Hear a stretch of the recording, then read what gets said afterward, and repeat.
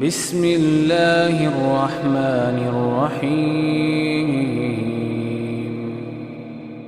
ونستعینه ونستغفره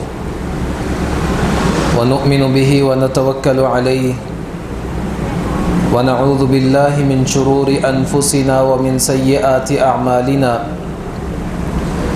من يهده الله فلا مضل له ومن يضلل فلا هادي له أشهد أن لا إله إلا الله وحده لا شريك له وأشهد أن محمدًا عبده ورسوله أما بعد فإن خير الحديث كتاب الله وخير الهدي هدي محمد صلى الله عليه وسلم وشر الأمور محدثاتها وكل محدثة بدعة وكل بدعة ضلالة وكل ضلالة في النار. أعوذ بالله السميع العليم من الشيطان الرجيم من همزه ونفخه ونفثه. بسم الله الرحمن الرحيم. يا أيها الذين آمنوا اتقوا الله حق تقاته ولا تموتن إلا وأنتم مسلمون.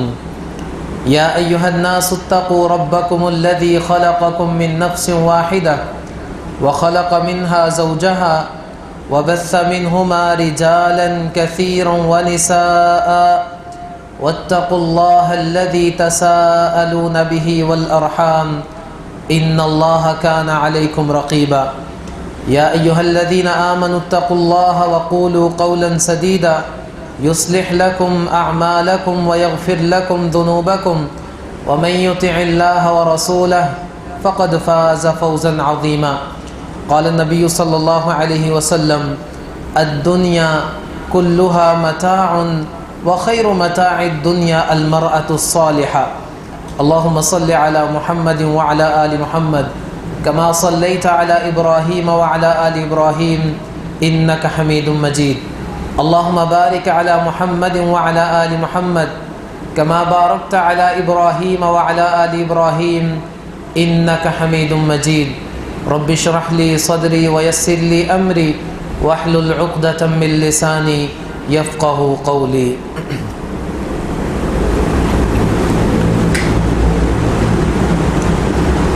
اللہ تعالیٰ نے دنیا میں انسان کے فائدے کے لیے بہت ساری اشیاء پیدا کی ہیں اور ان تمام میں سب سے زیادہ فائدہ مند چیز وہ نیک اور صالح عورت ہے. اس کی بیوی جو خود بھی نیکی کرنے والی ہو، اپنے خاوند کو بھی نیکی پر ابھارنے والی ہو، یہ دنیا کی سب سے بہترین چیز ہے. پچھلے چند خطبات سے ہمارا موضوع گھروں کی خوشحالی کے حوالے سے ہے. اس میں ہم نے مطلق خوشحالی کے بعد چند ایسے حقوق کا تذکرہ کیا جو خاوند کے ذمے ہے کہ خاوند ان حقوق کو ادا کرے. اور پچھلے خطبے میں ہم نے چند ایسے حقوق وہ آپ کے سامنے رکھے تھے جو عورتوں کے ذمے ہے کہ وہ ادا کریں ان کو. اور آج بھی ہم اسی موضوع کو آگے بڑھائیں گے. سابقہ خطبے میں ہم نے 5 باتیں آپ کے سامنے رکھی تھی کہ ان 5 باتوں پر عمل کرنا ہماری خواتین کے لیے لازم ہے اور ضروری ہے. ان میں سب سے پہلی بات کہ ان کو چاہیے کہ وہ فرما بردار ہوں، اللہ کی بھی فرما بردار ہوں، اپنے خاوند کی بھی فرما بردار ہو، اس کی اطاعت گزار ہو، اس کی بات ماننے والی ہو، اس کی ہاں میں ہاں ملانے والی ہو. اور اس ضمن میں ہم نے چند دلائل آپ کے سامنے رکھے تھے. یاد دہانی کے لیے ایک حدیث آپ کے سامنے رکھ دیتا ہوں. رسول اللہ صلی اللہ علیہ وسلم کے صحابی حسین بن محسن فرماتے ہیں کہ میری پھوپھو نبی کریم صلی اللہ علیہ وسلم کے پاس گئی. آپ نے ان سے پوچھا کیا تم شادی شدہ ہو؟ کہا جی شادی شدہ ہوں. کہا خامن کے بارے میں کیا رویہ ہے تمہارا؟ کہا اچھا سلوک کرتی ہوں جتنا میری استطاعت میں ہے، میں نے کبھی اس کی نافرمانی نہیں کی. رسول اللہ صلی اللہ علیہ وسلم نے کہا تھا انظری این انت من فانما هو جنتک و نارک. دیکھنا، دھیان کرنا، وہ تمہاری جنت بھی ہے اور وہی تمہاری جہنم بھی ہے. اطاعت کرو گی، فرما برداری کرو گی، حسن سلوک کرو گی، اس کو خوش رکھو گی تو وہ تمہاری جنت ہے. نافرمانی کرو گی، اس کو ناراض کر دو گی تو پھر وہ تمہارے لیے آگ ہے. دوسری بات جو ہم نے آپ کے سامنے رکھی تھی وہ تھی خامد کے مال اور اس کی عزت کی حفاظت کے حوالے سے. تو یہ بھی ایک عورت کے لیے وہ انتہائی لازم اور ضروری ہے. رسول اللہ صلی اللہ علیہ وسلم نے فرمایا کہ جو عورت 5 وقت کی نماز پڑھتی ہے، روزے رکھتی ہے رمضان کے، اپنی عزت کی حفاظت کرتی ہے اور اپنے خامن کی اطاعت اور فرما برداری کرتی ہے، جنت کے ہر دروازے سے اس کو پکارا جائے گا، جس دروازے سے چاہے یہ داخل ہو جائے. تیسری بات، وہ خامن کا مال اس کی اجازت کے بغیر خرچ نہ کرنا. عورت کو یہ حق حاصل نہیں ہے کہ وہ خامن کا مال اس کی اجازت کے بغیر خرچ کرے. ہاں اگر اس کو یہ یقین ہے، پختہ یقین ہے کہ میں اچھی راہ میں خرچ کر رہی ہوں اور میرا خامن اس سے خوش ہوگا تو پھر وہ خرچ کر سکتی ہے. لیکن اس راہ میں بھی اگر وہ اپنے خامن کی رضامندی کو مد نظر رکھے اور اس کی اجازت لے پہلے تو یہ تقوی کی بہترین علامت ہے. چوتھے نمبر پر خامن کی اجازت کے بغیر اس کے گھر میں کوئی نہ آئے. وہ کسی بھی رشتہ داری سے تعلق رکھتا ہو، خامن کو پتہ ہونا چاہیے، اس کے علم میں ہونا چاہیے کہ اس کے گھر میں کون آ رہا ہے. اگر وہ کسی کو ناپسند جانتا ہے تو عورت کو اجازت نہیں ہے کہ وہ اس کے گھر میں اس کو بلائے. تو اس حوالے سے ہم نے چند دلائل آپ کے سامنے رکھے تھے اور اس میں ایک چیز نبی کریم صلی اللہ علیہ وسلم نے فرمایا کہ کسی بھی گھر میں خامن موجود ہے تو پھر بھی اس کی اجازت کے بغیر اس گھر میں کوئی مہمان نہیں آنا چاہیے. تو یہ حدیث باقی تمام حدیث کو شامل کو اپنے حصار میں لیتی ہے کہ اگر خامن نہیں بھی ہے تو پھر بھی اس کے گھر میں اس کی اجازت کے ساتھ ہی آئے. پانچویں بات، وہ خامن کی موجودگی کا احساس ہے. عورت کو چاہیے کہ خامن گھر میں موجود ہے تو وہ اس کے پاس بیٹھے، اس کے ساتھ گفتگو کرے، اس کے ساتھ ہنسی مذاق کرے. وہ گھر میں آ کر بیٹھ چکا ہے، اپنے کاموں میں لگی ہوئی ہے، اس کی فکر ہی نہیں ہے تو یہ بھی نبی کریم صلی اللہ علیہ وسلم نے اس کام سے منع کیا. اسی موضوع کو آگے بڑھاتے ہیں. اور چھٹی چیز وہ ہے کہ عورت کو محبت اور مودت کا پیکر ہونا چاہیے. یہ اپنے خامن سے خوب محبت کرے. نبی کریم صلی اللہ علیہ وسلم نے اس عورت کی تعریف کی ہے، آپ صلی اللہ علیہ وسلم نے اس کی تائید کی ہے. کہا تم بہت زیادہ محبت کرنے والی اور زیادہ بچوں کو جننے والی سے شادی کیا کرو. میں تمہاری وجہ سے، تم جو زیادہ جننے والی جو بچوں کو ہیں ان سے شادی کرو گی تو میں تمہاری وجہ سے قیامت کے دن فخر کرنے والا ہوں کہ میری امت کی تعداد اور زیادہ بڑھ جائے گی. تو اس حوالے سے رسول اللہ صلی اللہ علیہ وسلم نے فرمایا 4 من السعادہ، 4 چیزیں وہ سعادت میں سے ہیں، خوش بختی میں سے ہیں، انسان کے خوش نصیب اور خوش قسمت ہونے کی وہ علامت ہے. المرأة الصالحہ، نیک عورت اگر گھر میں موجود ہے تو یہ شخص بڑی قسمت والا ہے اور بڑا خوش نصیب ہے. اور دوسرے نمبر پر والمسکن الواسع، کھلا گھر، ایسا گھر جو رقبے میں کھلا نہ ہو، اس کا دروازہ کھلا ہو مہمانوں کے لیے اور مددگاروں کے لیے. ایسے لوگ جو سوال کرنے والے ہیں، جو سوال نہیں کرنے والے، تنگ لوگ ہیں، ان کے لیے یہ گھر کھلا ہے، ان کو یہاں سے بہت کچھ ملتا ہے. کہا ایسا گھر جہاں سے اللہ کی راہ میں بہت سارا مال نکلتا ہے، جہاں کی اشیاء اللہ کی راہ میں لگتی ہیں، یہ گھر بھی خوش نصیبی اور خوش بختی کی علامت ہے. والجار الصالحہ، نیک پڑوسی، یہ بھی خوش بختی کی علامت ہے. والمرکب الحنی، بہترین سواری ہے آپ کے پاس تو یہ سواری بھی آپ کے لیے خوش بختی کی علامت ہے. اور ان 4 چیزوں میں سب سے پہلے اللہ کے نبی نے جس چیز کو بیان کیا، کہا المرأة الصالحہ، نیک بیوی جس کے پاس موجود ہے یہ اس کی خوش نصیبی ہے، خوش قسمتی اور خوش بختی ہے کہ یہ شخص بڑا خوش قسمت ہے. اور کہا کہ 4 چیزیں وہ بدبختی کی علامت ہے. جار السوء، جو برا پڑوسی ہے، آپ کا پڑوسی آپ کو بہت تنگ کرتا ہے، مطلب آپ بدبختی کی طرف جا رہے ہیں. اور تنگ گھر، جہاں سے کچھ نکلتا ہی نہیں ہے، کسی کو کچھ نہیں ملتا اور یہ گھر کے رہنے والے بڑے بخیل ہیں، کہا یہ بدبختی کی علامت ہے. اور اس کے علاوہ اگر بری سواری ہے تو یہ بھی، اور پھر کہا کہ بری عورت ایسی عورت جس کی زبان ہی بند نہیں ہوتی، جو اپنے خامن سے بھی بدتمیزیاں کرتی ہے، ارد گرد لوگوں سے بدتمیزیاں کرتی ہے، نافرمانیوں میں جٹی ہوئی ہے، اپنی منمانی اور اپنی مرضی کرتی ہے، اپنے آپ کو بڑی چیز سمجھتی ہے، کہا یہ آدمی کی بدبختی کی علامت ہے کہ اس کے پاس یہ عورت موجود ہے۔ تو عورت کو محبت اور مودت کا پیکر ہونا چاہیے۔ رسول اللہ صلی اللہ علیہ وسلم نے انصار کی خواتین کی تعریف کی، کہا یہ جو اونٹوں پر سواری کرنے والی ہیں نا انصار کی خواتین، یہ بڑی بہترین ہیں، اور اس کی وجہ یہ ہے کہ یہ اپنے بچوں کے ساتھ نرمی والا رویہ رکھتی ہیں اور اپنے خامن کا بہت زیادہ خیال کرتی ہیں، اس لحاظ سے یہ بہت زیادہ بہترین ہے، اپنے خامن کو خوش کرتی ہیں۔ تو اس حوالے سے چھٹی چیز جس کا ہماری خواتین کو خیال رکھنا چاہیے وہ یہ کہ وہ اپنے خامد کے لیے محبت کا پیکر ہو، وہ جب اس کا خامد اس کو دیکھے وہ خوش ہو جائے اور وہ ہر لحاظ سے اپنے خامد کے ساتھ محبت کی بات کرے۔ اس کا خامد پریشان ہے تو یہ بھی پریشان ہو جائے، یہ اس کو تسلی دے، لیکن یہ نہیں کہ خامد پریشان بیٹھا ہے یہ کہہ کے لگانے شروع کر دے، اس کو کوئی فکر ہی نہیں۔ خامد خوش ہے تو یہ دنیا جہان کے مسائل اکٹھے کر کے اس کے سامنے لا کر اس کو پریشان کر دے۔ اور پچھلے خطبے میں ہم نے بیان کیا تھا کہ رسول اللہ صلی اللہ علیہ وسلم نے فرمایا کہ بدبخت ہے وہ عورت جو اپنے خامن کو پریشان کرتی ہے۔ اس صورت میں اگر اس کا خامن گھر آ جائے تو غصہ دلا دیتی ہے اس کو، اگر وہ گھر میں نہ ہو باہر ہو تو پھر خیانت کرتی ہے اس کی عزت میں، اس کے مال میں، اس کے گھرانے میں، اس کے بچوں کی تربیت میں یہ خیانت کرتی ہے۔ کہا یہ بدبخت ترین عورت ہے۔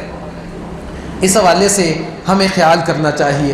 7ویں نمبر پر ہماری خواتین کو جس چیز کا لحاظ رکھنا چاہیے وہ یہ کہ گھر میں رہتے ہوئے آرائش، زیبائش، اپنے آپ کو صاف ستھرا رکھنا یہ ان کے لیے لازم اور ضروری ہے۔ اس حوالے سے ہم پہلے بھی کچھ گفتگو کر چکے ہیں، لیکن اس میں بہت زیادہ کمی پائی جاتی ہے کہ خامن گھر میں آتا ہے، بیوی پسینے میں شرابور ہے، کاموں میں جٹی ہوئی ہے، حالانکہ اس کو پتہ ہے یہ میرے خامن کے آنے کا وقت ہے۔ تو اس حوالے سے رسول اللہ صلی اللہ علیہ وسلم جب کسی سفر سے واپس آتے آپ مدینہ کے باہر پڑاؤ ڈالتے اور پھر مدینہ میں پیغام بھیجتے، جاؤ بھئی سب کو جا کر پیغام دے دو کہ ہم واپس آ چکے ہیں، کچھ دیر یہاں پر پڑاؤ کریں گے، خواتین تیاری کر لیں، اپنے آپ کو تیار کر لیں، کچھ وہ اپنے خامدوں کے لیے زیبائش کرنا چاہتی ہیں، کوئی آرائش کرنا چاہتی ہیں، اپنے آپ کو تیار کرنا چاہتی ہیں تو وہ کر لیں۔ اللہ کے نبی موقع دیا کرتے تھے۔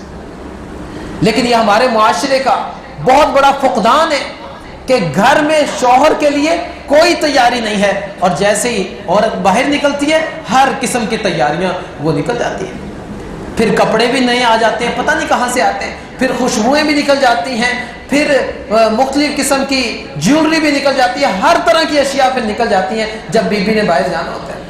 حالانکہ خامن کے لیے جس کے لیے یہ ساری چیزیں نکلنی چاہیے تھی، جس کے سامنے ان ساری چیزوں کو استعمال کرنا چاہیے تھا، اس کے لیے استعمال نہیں ہوتی، اور باہر جاتے اگر کوئی شخص باہر دیکھ کر کچھ کہہ دے تو پھر آپ کی ماں نہیں ہے، آپ کی بہن نہیں ہے، آپ کو شرم نہیں آتی؟ بھائی آپ گھر سے باہر نکلی ہیں اتنی زیادہ خوبصورتی کے ساتھ، اپنی خوبصورتی کو ظاہر کرتے ہوئے، اپنی زینت کو ظاہر کرتے ہوئے، اگر آپ لوگوں کے لیے نہ نکلتی تو یہ زینت کس کام کی تھی؟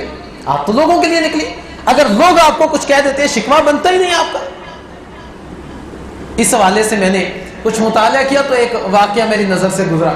کہتے ہیں ایک شخص اپنی بیوی کے ساتھ گاڑی میں سفر کر رہا تھا، بیوی کے کپڑے انتہائی نازیبا حالات کے تھے، بہت ہی زیادہ مختصر، اور اس کا میک اپ وہ بہت زیادہ تھا، یعنی خوب تیار ہو۔ کہتے گاڑی میں ایک بزرگ بیٹھا تھا، وہ بزرگ ٹک ٹکی لگا کر اس عورت کو دیکھ رہا ہے، اور جب اس نے دیکھا بزرگ نے کہ میں مسلسل دیکھ رہا ہوں، بندے کو کوئی فکر نہیں ہے، وہ اور قریب ہو گیا۔ وہ جب اور قریب ہو کر دیکھا نا تو بندہ کہتا بابا شرم نہیں آتی تجھے؟ اپنی عمر دیکھ۔ بابا کہتا میری شرم کی بات کرتے ہو، اور اگر یہ تمہارے لیے نکلتی ہے تو تمہارے سامنے زینت کرتی، یہ تو ہمیں دکھانے کے لیے نکلی ہے، اسی لیے اس کا یہ حال ہے۔ جب ہم دیکھ رہے ہیں تو پھر شرم تو اس کو آنی چاہیے، ہمیں تو نہیں آنی چاہیے۔ تو یہ ہمارے معاشرے کا بہت بڑا فقدان ہے کہ ہماری خواتین گھروں میں انتہائی بدصورتی کی حالت میں رہتی ہیں، کوئی تیاری نہیں، لیکن جیسے ہی گھر سے باہر نکلتے ہیں ساری کی ساری تیاریاں وہ اکٹھی ہو جاتی ہیں۔ حالانکہ رسول اللہ صلی اللہ علیہ وسلم نے اس حوالے سے خواتین کو جو حکم دیا، کہا بہترین خواتین، اللہ کے نبی سے جب سوال کیا گیا کہ بہترین خواتین کون ہیں، اللہ کے نبی نے جواب دیا اذا تسر، وہ خوش کر دے، اذا نظر، جب اس کا خامد اس کو دیکھے، جب اس کا خامد اس عورت کو دیکھے، وہ اپنے خامد کو خوش کر دے، وہ اس کے لیے جو کر سکتی ہے کرے۔ اور اسی لیے وہ کام جن کا گھر میں کرنا جائز ہے، باہر ان کاموں پر بڑی بڑی وعید سنا دی گئی۔ گھر میں اپنے شوہر کے لیے عورت خوشبو لگا سکتی ہے، لیکن رسول اللہ صلی اللہ علیہ وسلم نے فرمایا یہ عورت خوشبو لگا کر باہر نکلے گی تو اگر اس کی خوشبو لوگوں کو تک پہنچ گئی، لوگ اس کی طرف مائل ہوئے، فَهِيَ كَذَا وَكَذَا، یہ ایسی ہے اور ایسی ہے۔ صحابہ نے پوچھا اللہ کے نبی یہ ایسی ایسی کذا کذا کا کیا مطلب ہے؟ کہا فَهِيَ زانیہ، وہ زانیہ ہے، بدکارہ عورت ہے، صرف خوشبو لگانے پر۔ حالانکہ یہ کام گھر میں جائز ہے شوہر کے لیے۔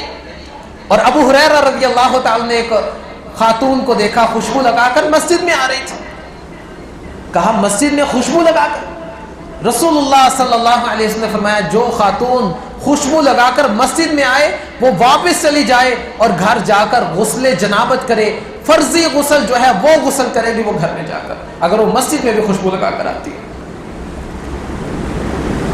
رسول اللہ صلی اللہ علیہ وسلم نے فرمایا بنی اسرائیل کی ایک بستی کو ہلاک کر دیا گیا، کیوں؟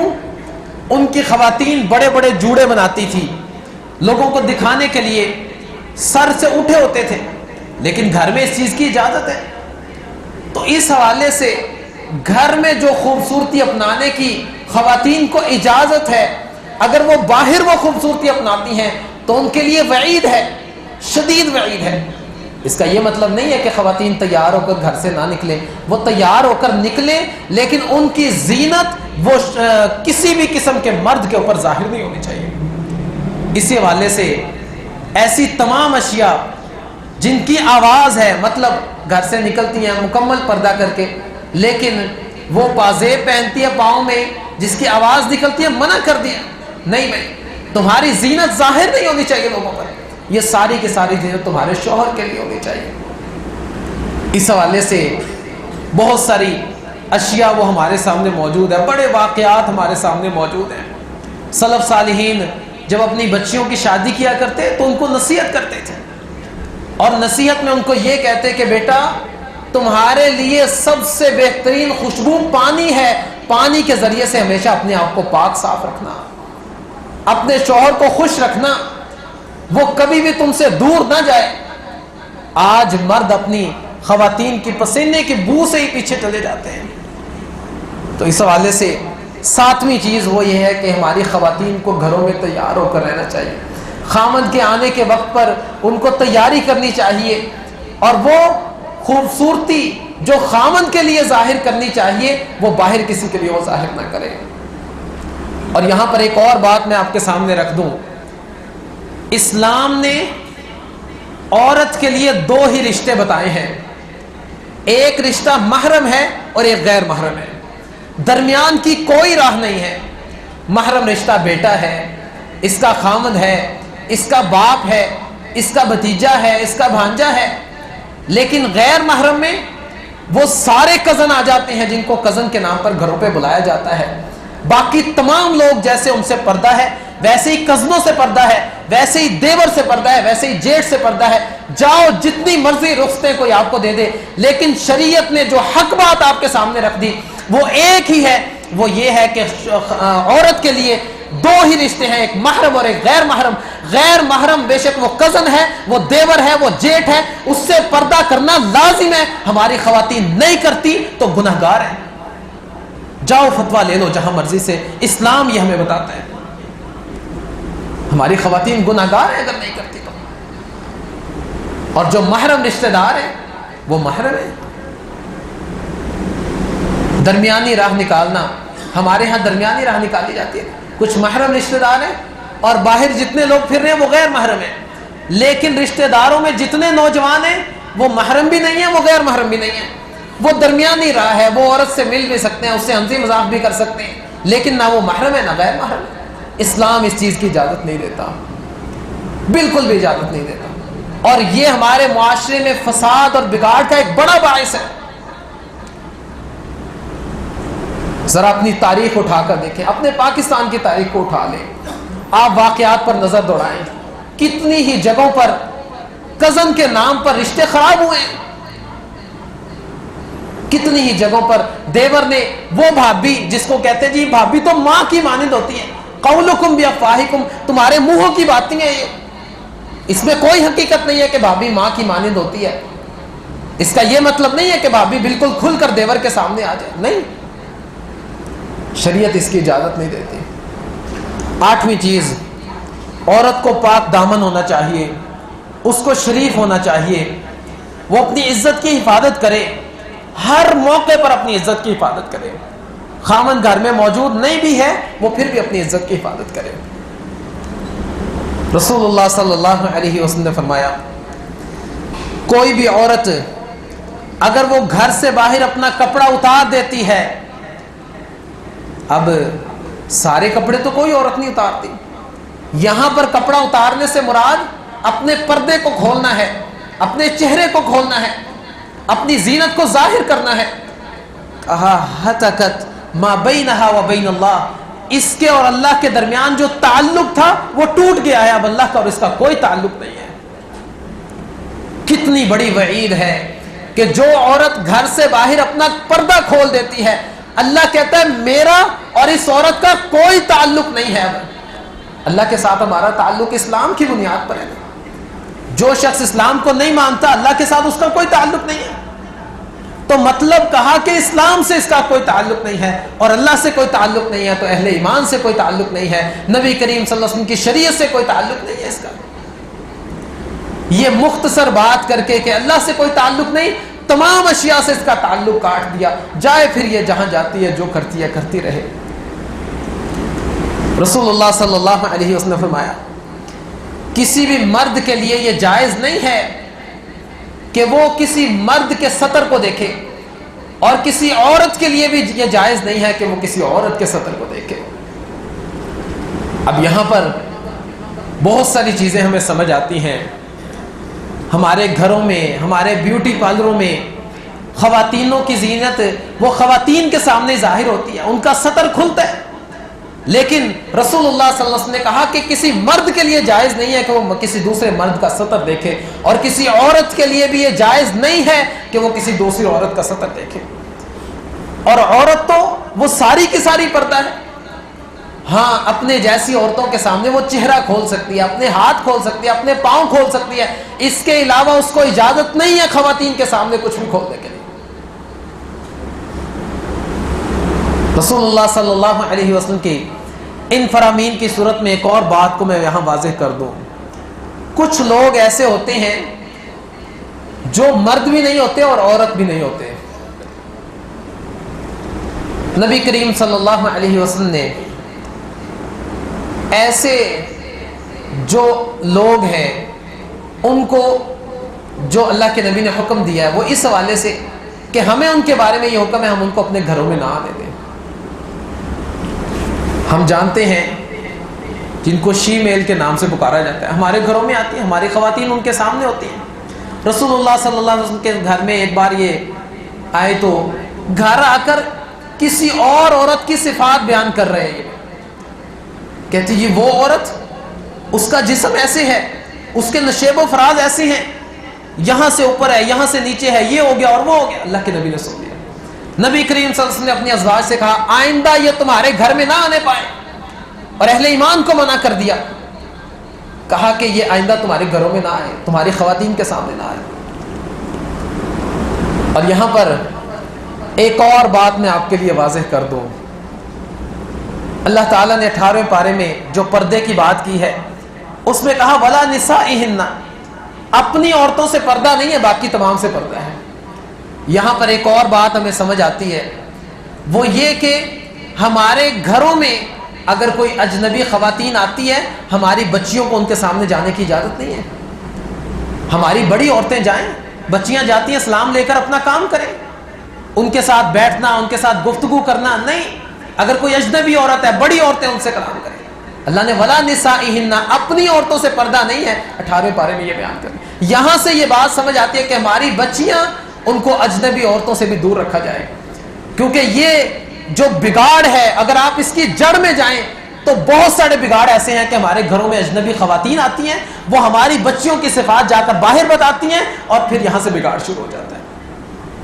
اس حوالے سے عورت کو پاک دامن ہونا یہ لازم ہے اور ضروری ہے اس کے لیے، اور پاک دامن ہونا یہ ہر لحاظ سے ضروری ہے.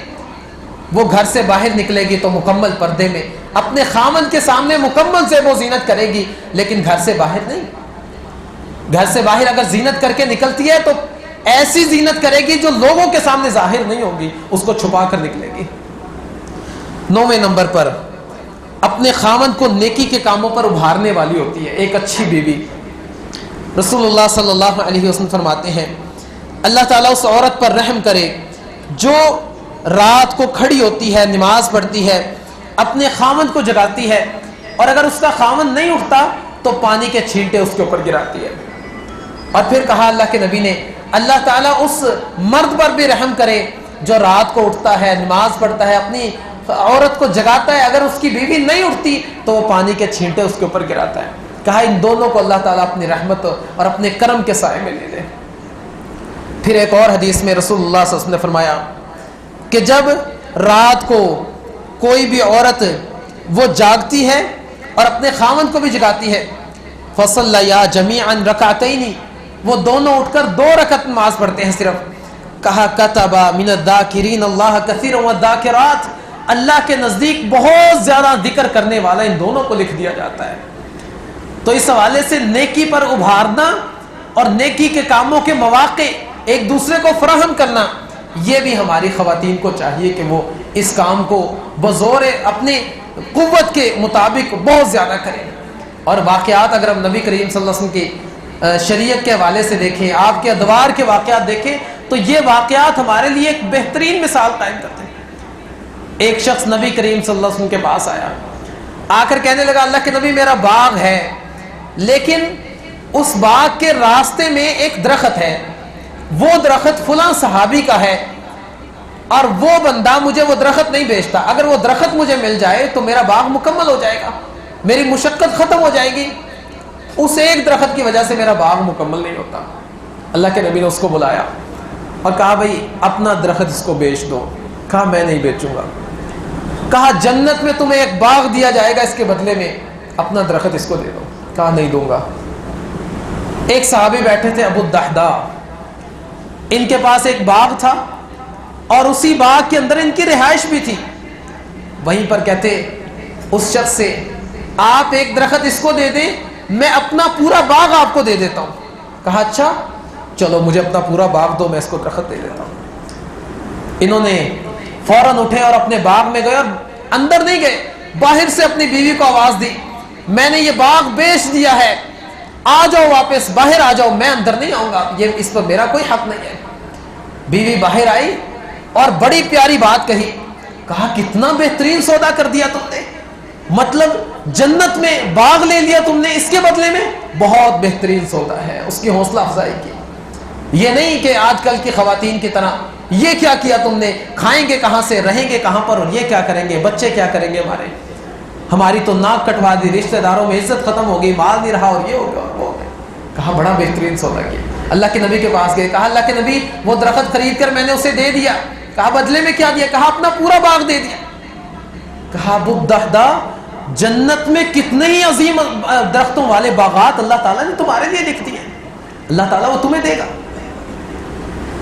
اس حوالے سے ہماری خواتین کو چاہیے کہ وہ خود بھی نیکی کے کام کریں، اور اگر خاوند کو نیکی کا کام کرتا ہے اس کی حوصلہ افزائی کریں، اس کی حوصلہ شکنی نہ کریں. خاوند گھر سے باہر کو صدقہ دے دے نا، 100 روپیہ دے دے، گھر آ کر بتائے تو بیگم کہتی ہے کیا ضرورت تھی دینے کی، 10 روپے دے دیتے، صدقہ ہی کرنا تھا. بھائی حوصلہ افزائی کیوں؟ اللہ نے اس کے بدلے میں 10 گنا دینا ہے. نیت خالص ہے اور مزید اچھی ہے 70 گنا اللہ نے دینا ہے، اور مزید نیت اچھی ہے 700 گنا اللہ دے دے گا، اور اچھی ہے تو اللہ یضاعف لمن یشاء، اللہ اور زیادہ بڑھا چڑھا کر تمہیں دے دے گا. اللہ سے اجر و ثواب کی امید کیوں نہیں کرتے؟ یہ دنیا حقیر ہے، ایک مچھر کے پر کے برابر بھی اس کی قیمت نہیں ہے اللہ تعالیٰ کے نزدیک. اور کہا کہ ایک مچھر کے پر کے برابر بھی اگر قیمت ہوتی تو کسی کافر کو ایک بوند پانی بھی نہ دیتے اللہ تعالیٰ. حقیر چیز ہے. اللہ کے نبی ایک دن جا رہے ہیں, ایک بکری کا بچہ مرا پڑا ہے اور وہ سڑ رہا ہے, پڑا ہوا, بو آ رہی ہے اس میں سے. ابو ہریرہ رضی اللہ تعالیٰ کہتے ہیں ہم ساتھ ہیں. اللہ کے نبی نے کہا یہ بکری کا بچہ مجھ سے کون لے گا, کون خریدے گا؟ صحابہ نے کہا اللہ کے نبی یہ تو کوئی مفت بھی نہیں لے گا آپ سے. تو اللہ کے نبی نے کہا اس بکری کے بچے کی مانند دنیا ہے, اتنی ہی حقیر اور ہے, اور تم اس کو قیمت کے بغیر بھی لینا نہیں چاہتے تو دنیا کے پیچھے آخرت کو چھوڑ کے لگے ہوئے. تم ہمارے گھروں میں جھگڑے ہی اس وجہ سے ہوتے ہیں کہ خاوند اگر کوئی چیز خرچ کر دے, بیگمات لڑتی ہیں ان کے ساتھ, اپنے آپ بھی تو دیکھ لو, یہ بھی تو کرنا تھا, وہ بھی تو کرنا تھا, یہ ہو گیا اور وہ ہو گیا. اور جس اللہ نے اب تمہیں مال دے دیا کیا وہ دوبارہ دینے پر قادر نہیں ہے؟ جس نے یہ تمہیں دے دیا کیا اس سے زیادہ دینے پر قادر نہیں ہے؟ وہ یقیناً وہ قادر ہے. ایک دوسرے کی حوصلہ افزائی کریں, حوصلہ شکنی نہ کریں. اگر کوئی برا کام کرتے سمجھائیں ایک دوسرے کو, اور یہ سمجھانے کا طریقہ اگر بہترین ہو تو پھر کیا ہی بات ہے. اور ایسی خواتین بھی گزری ہیں جنہوں نے ایک ایک جملے سے دین اسلام کی بڑی خدمت کی ہے. ام سلیم رضی اللہ تعالی, ابو طلحہ ان کی طرف پیغام بھیجتے ہیں, ابھی مسلمان نہیں ہوئے, کہا میں تم سے شادی کرنا چاہتا ہوں. بڑے ہی پیارے انداز میں واپسی پیغام بھیجا, دیکھو میں مسلمان ہوں اور تم کافر ہو, ہم دونوں کا نکاح نہیں ہو سکتا. ہاں اگر تم مسلمان ہو جاؤ میں فوراً تم سے نکاح کر لوں گی اور میرا حق مہر بھی تمہارا اسلام لانا ہی ہوگا. اس جواب پر فوراً ابو طلحہ مسلمان ہوئے اور دونوں کا نکاح ہو گیا. اور پھر کہا گیا کہ سب سے بہترین حق مہر جو ہے وہ ام سلیم کا تھا جو اسلام کی شکل میں تھا, اس سے بہترین کسی کا حق مہر نہیں ہے. تو اس حوالے سے چند چیزیں ہم نے پچھلے خطبے میں آپ کے سامنے رکھی تھی اور چند اس خطبے میں, اور چند چیزیں باقی ہیں وہ اگلے خطبے میں ہم آپ کے سامنے رکھ کر اپنے اس موضوع کو انشاءاللہ مکمل کریں گے. اللہ تعالیٰ سے دعا ہے اللہ تعالیٰ عمل کرنے کی توفیق عطا فرمائے. ہمارے گھروں کو, ہمارے جو ہے وہ محلے اور ہمارے رشتہ داروں کو اللہ تعالیٰ خوشحالی عطا کرے اور اللہ تعالیٰ ہمارے حالات پر رحم کرے. اقول قولی ھذا واستغفر اللہ لی ولکم.